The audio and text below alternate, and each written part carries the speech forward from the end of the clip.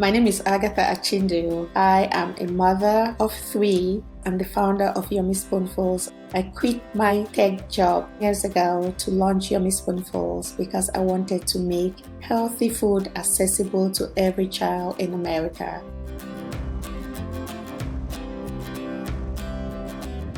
I grew up in Cameroon, harvesting food and eating fresh foods. When I moved to the United States in 1990, I was shocked when I went into the grocery store. There was the organic food and then there was the junk food. Before Yummy Spoonfuls, I was director of quality assurance for an IT firm. But even when I was in corporate America, I would host these workshops for free, teaching parents how to eat better. When I had my youngest, I became more committed to it.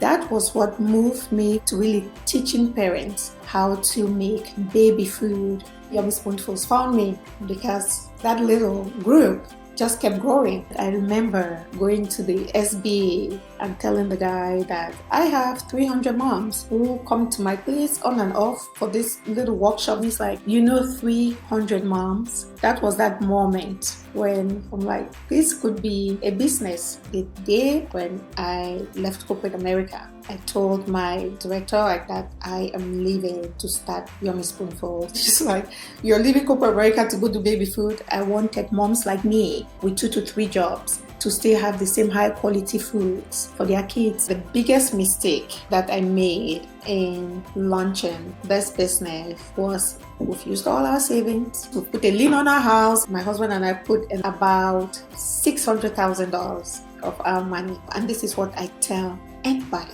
who is trying to start a business. The best time to go borrow money is when you have money. Even the banks that we have used forever, they couldn't even talk to us because we moved from a 2-income household to 1 income. All those unnecessary luxuries had to go, but there were days I would feel so bad for my husband.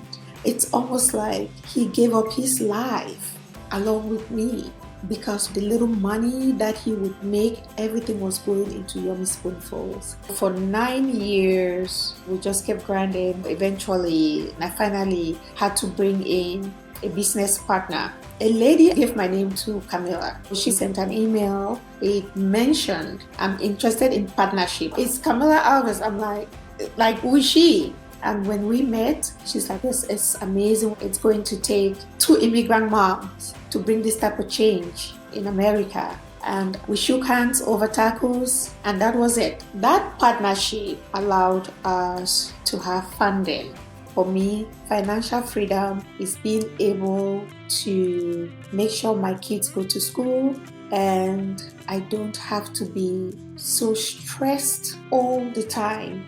That's that freedom for me. You always have to reevaluate where you are when it comes to your finances, because there is always a place where you can tweak a little to save money. Becoming an entrepreneur has definitely given me the clarity to stay on top of my money. When I was in corporate America, every 2 weeks, I get a big fat check. When I started running Yummy Spoonfuls, then I realized I now become responsible. So really sitting and planning out every penny is one of the biggest lessons for me. The one thing I try to tell parents, as crazy as life is, we have to try and take responsibility for the health of our kids. It's about knowing how important the food that you eat is to your health. So if you have a tight budget, can you grow food? Can you trade and barter?